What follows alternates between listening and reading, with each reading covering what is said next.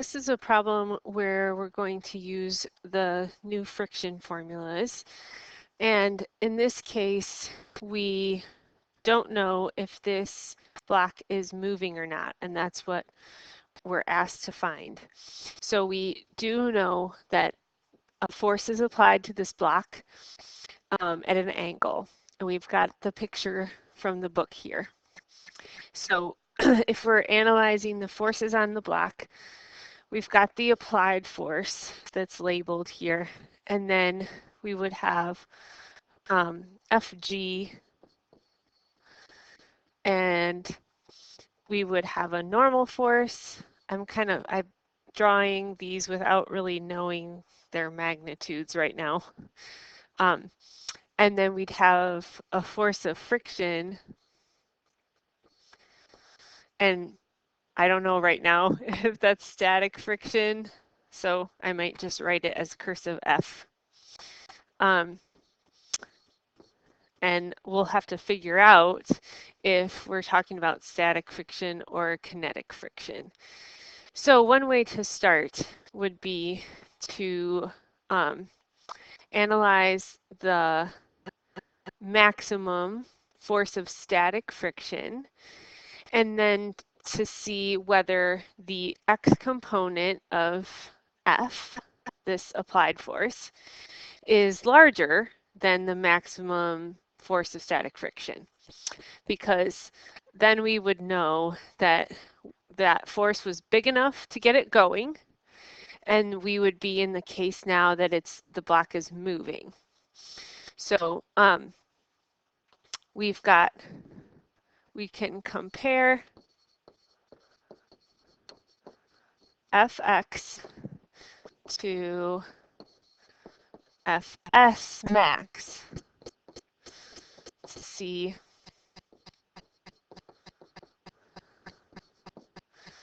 if block is moving.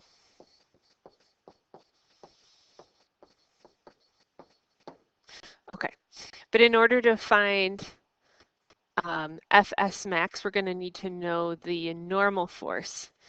And in order to know the normal force, I need to solve for Fy, because by pulling at this angle, this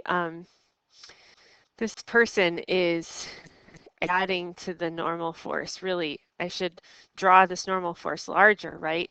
Because the pressure that the person is putting on the surface by dragging down into the surface, is putting more force down, and therefore the sum of the forces in the y direction have to be 0, and the normal force is going to be larger than Fg. So let's find F net in the y direction, which I assume it's not accelerating in that direction.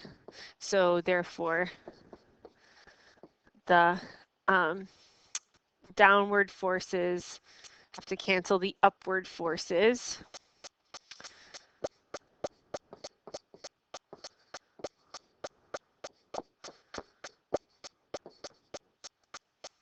So I'm gonna take my weight here, and then I've got to find the y component of F, which is going to be the force times the sine of the angle that they gave me. So that's going to be 12 newtons times sine of the 30 degrees. And then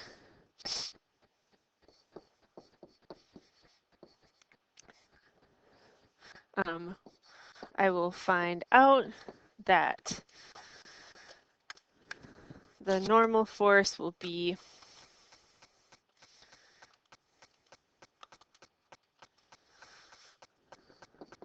the weight, I'm going to add those two negatives to the other side. They become positive.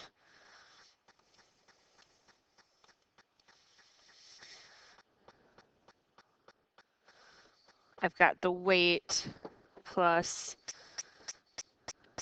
the y component of that force gives me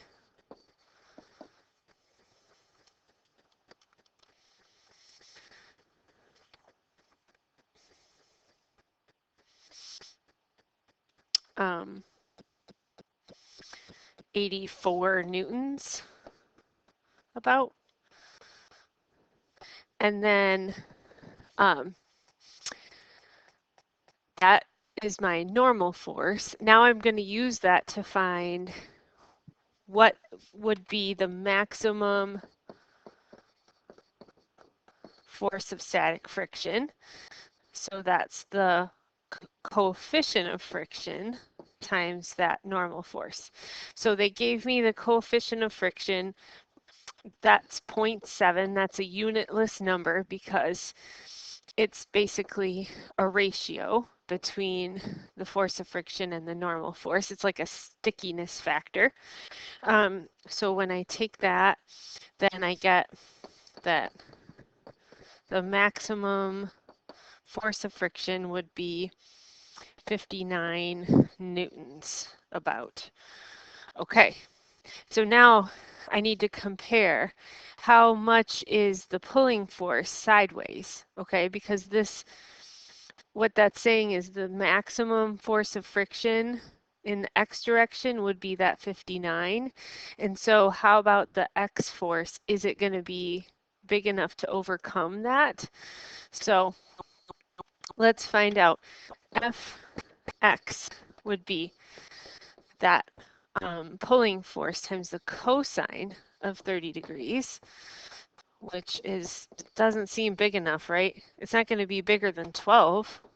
I mean, because 12 is the hypotenuse. But just to go through the math really quick, I've got 12. And when I do that, I know that this pulling force sideways along the x direction is 10.4 newtons. So I'm definitely not going to pull hard enough to get the block to slide. So no, block will not slide. And then it asked me, what is the frictional force? Okay, well, is it 59 newtons? No, because that would imply that friction is winning. And if I drew friction winning, that would mean that like friction is somehow causing the block to slide to the left. And friction doesn't do that.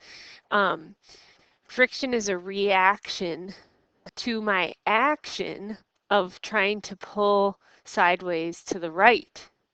So it's right, it's a, as I try to pull on the block with a string, so string on block, then there's a frictional force between the block and the table that is resisting that. Okay, so the force of static friction will be, like, if we're going to call left negative, then that will match the force of the applied force in the x direction to explain that this block's not moving, so that all the forces cancel. Okay.